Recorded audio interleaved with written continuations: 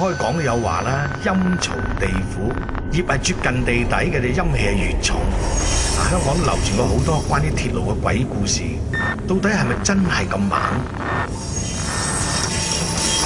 又到哈囉喂，聽人講不如自己撞。師傅啊，我聽過關於某一個站嘅鬼故啊，聽到都心寒啊！哦，我知你講嘅3條路軌嗰個啊嘛，好似3支香咁噶。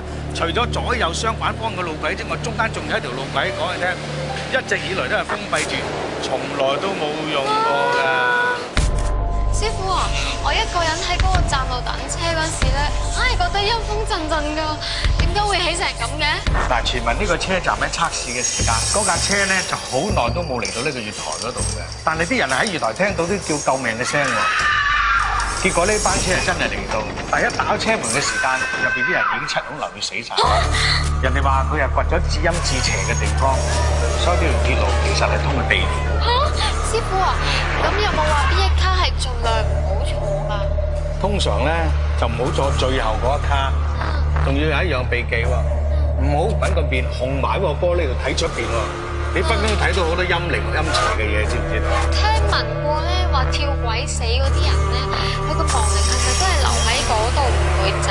當然啦，佢喺嗰個地方死，佢想走都走唔到，係好悲慘嘅。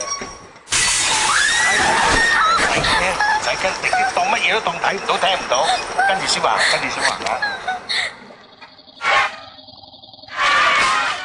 假如呢條封閉路軌重新通車，你又夠唔夠膽坐上開去鬼門關嘅列車啊？快啲嚟海洋公園10月全城 Halloween， 百年香港鬼，一晚撞晒。